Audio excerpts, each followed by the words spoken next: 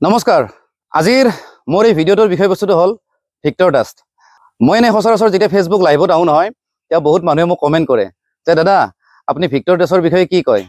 বা ভিক্টৰ দাসৰ বিষয়ে আপুনি কিবা এটা মন্তব্য দিয়ক মোক প্ৰায় এনেকুৱা ধৰণৰ প্ৰশ্ন মোক সুধি থাকে কিন্তু আজিলৈ মই তেনেকুৱা তেওঁৰ ওপৰত মন্তব্য দিয়া নাছিলোঁ কিন্তু আজি যিটো মই ভিডিঅ' দেখা পালোঁ ভিক্টৰ দাসে যি ধৰণে ছোৱালী এজনীৰ ওপৰত অত্যাচাৰ কৰিছে বা পিটিছে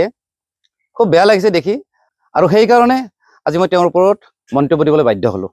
ফাৰ্ষ্ট অফ অল মই এটা কথা কওঁ ভিক্টৰ দাস হ'ল এজন TRP মাষ্টাৰ এই আজিকালি যে নিউজ চেনেলবিলাক পৰ্টেল চেনেলবিলাক যে আছে যে TRPৰ পিছত দৌৰি থাকে ভিক্টৰ দাসো এজন তেনেকুৱা ব্যক্তি কিছুদিন আগতে তেওঁক একদম বিৰাট একদম উগ্ৰমূৰ্তিত দেখা গৈছিল অসমৰ মুখ্যমন্ত্ৰীকে ধৰি কেইবাটাও মিনিষ্টাৰক তেওঁ একদম আমুকৰ পুতেক বুলি মাক দেউতাকক ধৰি গালি পাৰিছিলে আৰু সেই ফেচবুক লাইভটোৰ পৰা ক'ব গ'লে ভিক্টৰ দাসক গোটেই অসমৰ মানুহে চিনি পায় কিন্তু কথাটো হ'ল আপুনি মুখ্যমন্ত্ৰীকো গালি দিলে আৰু ভালেখিনি মিনিষ্টাৰকো গালি দিলে কিন্তু কিছুদিন পিছত আকৌ দেখা পাওঁ আপুনি যেতিয়া ভিডিঅ'ত যেতিয়া মুখ্যমন্ত্ৰীৰ নাম লয় নহয় তেতিয়া আপুনি মাননীয় মুখ্যমন্ত্ৰী বুলি কয় এতিয়া মোৰ দৃষ্টিত মই এটা কথা কৈছোঁ কাৰোবাক যদি মই সন্মান নকৰোঁ তাক যদি মই উল্টা পুল্টা আমুকৰ পুতেক তামুকৰ পুতেক বুলি গালি পাৰিম নহয় তাৰপিছত আৰু মই তেওঁক মাননীয় বুলি ৰেচপেক্ট নিদিওঁ মোৰ কথাটো হ'ল সেইটো মানুহ এজনৰ সদায় ষ্টেবিলিটি থকাটো দৰকাৰ ভিক্টৰ দাসৰ ষ্টেবিলিটি একেবাৰে নাই ক'ব গ'লে তেওঁ কেতিয়া কি কয় একো ঠিক নাই আৰু এদিন দেখা পালোঁ তেওঁ ডিম্পু বৰুৱা আৰু ধ্ৰুৱ কলিতাৰ ওপৰত তেওঁ ভিডিঅ' বনালে তেওঁলোকক গালি পাৰি কিবা গে বুলি কয় কিবা বুলি কয় কিন্তু তাৰপিছত কিছুদিন পিছত দেখা পালোঁ আকৌ তাহাঁতৰ লগতে ৰাতি বিচনাৰ পৰা আকৌ ভিডিঅ' কল কৰিছে বাবা তোমালোকে বেয়া নাপাবা মানে তোমালোকে কিবা যদি বেয়া পাইছা তোমালোকে মোক ক্ষমা কৰি দিবা বেয়া পাই নাথাকিবা এনেকুৱা ধৰণৰ কথা তাৰমানে ভিক্টৰ দাসৰ কথাৰ কোনো ভেলু নাই আজি এটা কালি এটা মানে তেওঁক খালি হাইলাইটত আহিব লাগে TRP পাব লাগে আৰু ভিক্টৰ দাস যে দুইমুখীয়া তাৰ এটা মই আপোনালোকক এক্সাম্পল দি আছোঁ ভিক্টৰ দাসে কেতিয়াবা কি কৰে পুৰা প্ৰশাসনক গালি পাৰে অসম পুলিচক গালি দিয়ে চৰকাৰক গালি দিয়ে কিন্তু কেইটামান দিন পিছত দেখা পাব তেওঁ অসম পুলিচৰ কোনোবা অচিৰ লগতে ফটো দি পেলাই ৰিল বনাইছে মই ৰিচেণ্টলি এটা ৰিল দেখিছোঁ আৰু চাব তেওঁ TRPৰ পিছত কিয় দৌৰে বুলি ক'লোঁ কিছুমান সস্তীয়া আৰু সৰু সৰু ল'ৰা ছোৱালীৰ লগত কিবা ৰিল বনায় ইনষ্টাগ্ৰামত বনায় ফেচবুকত বনায় ক'ব গ'লে তেওঁ যিহেতু এজন শিক্ষক তেওঁক যিহেতু ক'ব গ'লে গোটেই অসমৰ মানুহে চিনি পায় তেওঁ এজন পাব্লিক ফিগাৰ তেওঁ এনেকুৱা ধৰণৰ সস্তীয়া কাম কৰাটো একেবাৰে উচিত নহয় মোৰ দৃষ্টিত আৰু এটা কথা দেই তেওঁ যিহেতু এজন শিক্ষক গতিকে শিক্ষকৰ মুখখন অকণমান লাগাম থাকিব লাগে গৰু যেনেকৈ লাগাম থাকে নহয় তেনেকুৱা ভিক্টৰ দাসৰ মুখত অকণমান লাগাম থকাটো দৰকাৰ গতিকে মোৰ এটা প্ৰশ্ন দেই এই ভিক্টৰ দাস বোলাজন কেনেকুৱা ধৰণৰ শিক্ষক ল'ৰা ছোৱালী সদায় মাক দেউতাকক ফ'ল' কৰে নহ'লে শিক্ষকক ফ'ল' কৰে কিন্তু শিক্ষক এজনে যদি এনেকুৱা ধৰণৰ নাৰীৰ ওপৰত অত্যাচাৰ কৰে তেতিয়াহ'লে ল'ৰা ছোৱালীয়ে বা সেই ছাত্ৰ ছাত্ৰীখিনি কি শিকিব তেওঁৰ পৰা এইখিনিতে মই এটা কথা কওঁ দেই ভিক্টৰ দাসে যিজনী ছোৱালীৰ ওপৰত অত্যাচাৰ কৰিছে তেওঁ কৈছে যে ছোৱালীজনী হেনো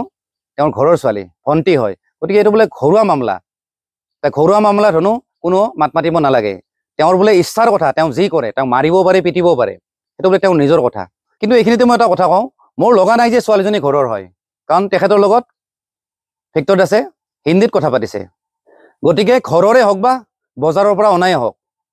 ছোৱালীজনীৰ ওপৰত অত্যাচাৰ কৰা কিন্তু আপোনাৰ অধিকাৰ নাই ভিক্টৰ দাসে যেতিয়া ক'লে যে মোৰ এইটো ঘৰুৱা মেটাৰ হয় পাৰ্চনেল মেটাৰ গতিকে এইটো কথাত বেলেগে মন্তব্য নিদিলেও হয় কিন্তু আপোনাক এইখিনিতে এটা কথা মনত পেলাই দিম যেতিয়া আপোনাৰ ঘৈণীয়ে যেতিয়া কিবা এটা কৰিছিলে কাৰোবাৰ লগত ৰিলেশ্যন কৰিছিল বুলি আপুনি নিজে কৈছে সেইটো ঘৰুৱা মামলা আছিল কিন্তু আপুনি পাব্লিকলি নিউজৰ আগত কাৰোবাৰ আগত যে আপুনি ফালিলে বা বকিলে কিয় বকিলে তাৰমানে কি জানে কিছুমান কথা যদিও ঘৰুৱা বা পাৰ্চনেল হয়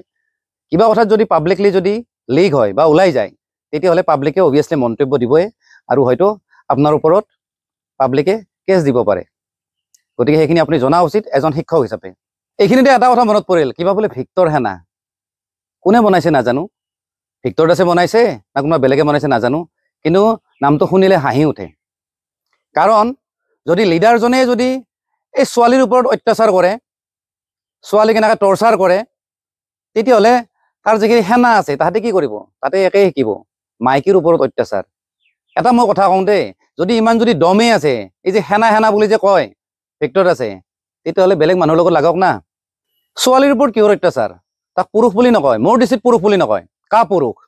মই এইখিনিয়ে ক'লোঁ যিখিনি অভিভাৱকে নিজৰ ল'ৰা ছোৱালীক ভিক্টৰ দাসৰ তাতে কোচিং দিছে আপোনালোকে নিশ্চয় ল'ৰা ছোৱালী ভাল হোৱাৰ কাৰণে দিছে কিন্তু এটা কথা আপোনালোকে জনা দৰকাৰ যে ভিক্টৰ দাসৰ পৰা আপোনাৰ ল'ৰা ছোৱালী কি শিকিব কেতিয়াবা লাইভত আহি মদ খায় কেতিয়াবা চিগাৰেট খায় কেতিয়াবা বেয়া ভাষাই দি গালি পাৰে কেতিয়াবা ছোৱালীক অত্যাচাৰ কৰে কেতিয়াবা নিজৰ পত্নীৰ লগত কাজিয়া বা কেতিয়াবা অফিচত কেতিয়াবা কম্পিউটাৰ ভাঙি আছে কিবা ভাঙি আছে কেতিয়াবা কেঁচা মাছ কামুৰি আছে কেতিয়াবা ৰাস্তাত একদম পাগলৰ নিচিনা ঘূৰি আছে, অত্যাচাৰ কৰি আছে, মানুহৰ লগত কাজিয়া কৰি আছে। গতিকে তেনেকুৱা এজন ব্যক্তিৰ পৰা ল'ৰা ছোৱালীয়ে মই ভাবোঁ একো শিকিব নোৱাৰে। গতিকে অভিভাৱকখিনিক মই এটা কথা আহ্বান জনাওঁ, গতিকে আপোনালোকে অকণমান চাই চিতি ল'ৰা ছোৱালীক কোচিঙত দিয়ক। গতিকে ধন্যবাদ। জয় আই অসম।